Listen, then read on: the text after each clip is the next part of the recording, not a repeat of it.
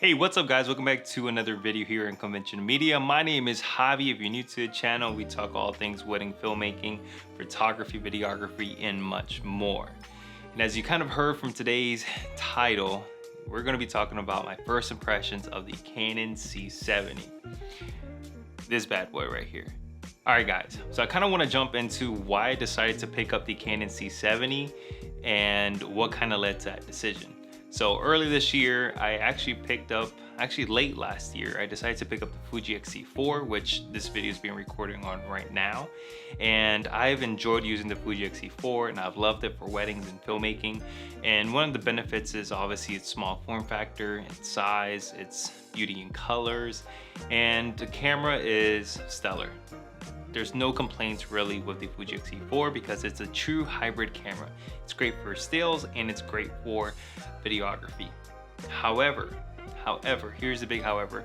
A lot of my jobs now, paid jobs, have become more on the videography side. I mean, like over 30 weddings, just purely videography. And so with that aspect, I decided to go ahead and just jump into the Canon C70. One of the hardest things, honestly, as a filmmaker is when you're doing events and weddings things is not having internal ND filters. Ever since picking up the Canon C70, I love having the internal ND filters, and that's one of the main reasons why I decided to pick it up, because I'm tired dealing with filters and thread on, thread off, switch lenses, switch things. That's the worst thing. It slows me down, slows the whole production down. And also, I live here in Florida, and one of the things I've been experiencing lately with 4K 60 is overheating during B-roll, which has never really been the case for me with the X-T4 during my wedding season, which is like from October through May. However, now that we're getting to the warmer weather side here in Florida, overheating it has become an issue, and that's something I don't want to deal with. And with the Canon C70, it has internal fans built in, and let me tell you, it does kind of get pretty hot in there. So it's letting out a lot of that heat that's here in Florida. You know, the humidity is coming here shortly. So, but I don't have much weddings, but I do have a lot more commercial work that I need a workhorse for. And luckily, the Canon C70 is going to provide that.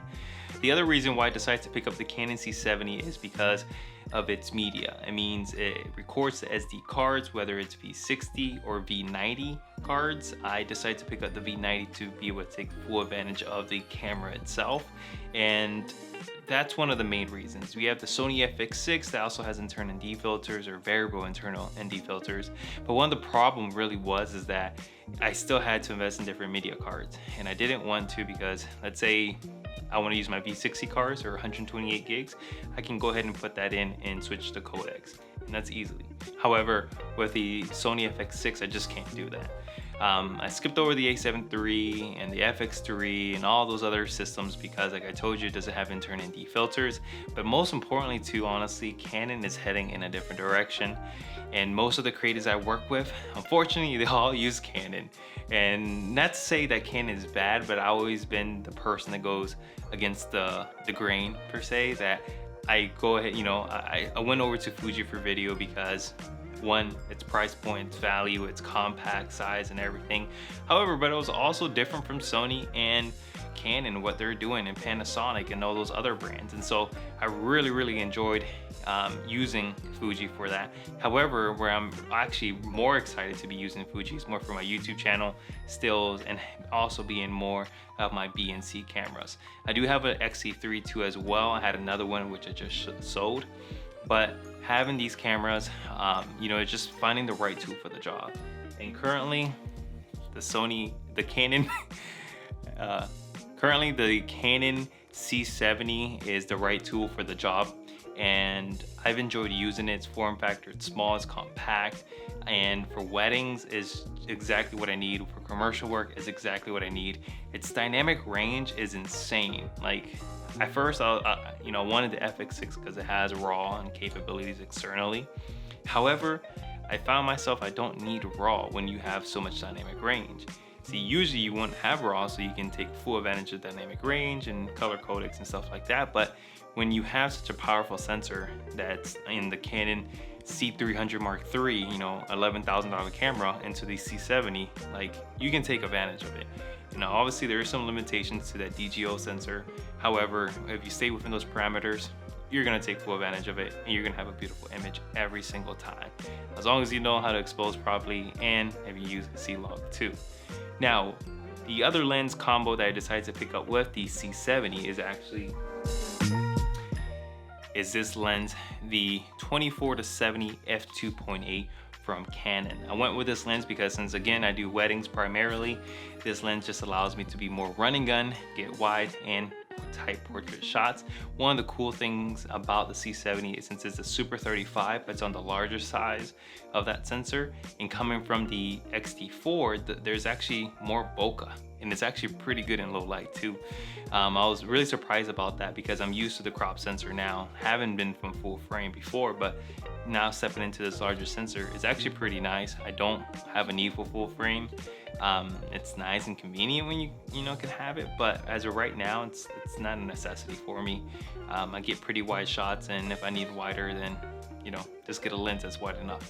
Now the next lens I did pick up too was the 50mm f1.8, the Canon RF version too as well. That's on the lower end, but that lens has really nice depth of field. It allows me to get things blurry background, and for that reason I decided to pick up that lens really for interviews and things that I want to blur out a little bit more, and for weddings having that low light is important during reception time, so that's why I went ahead and picked up that lens itself.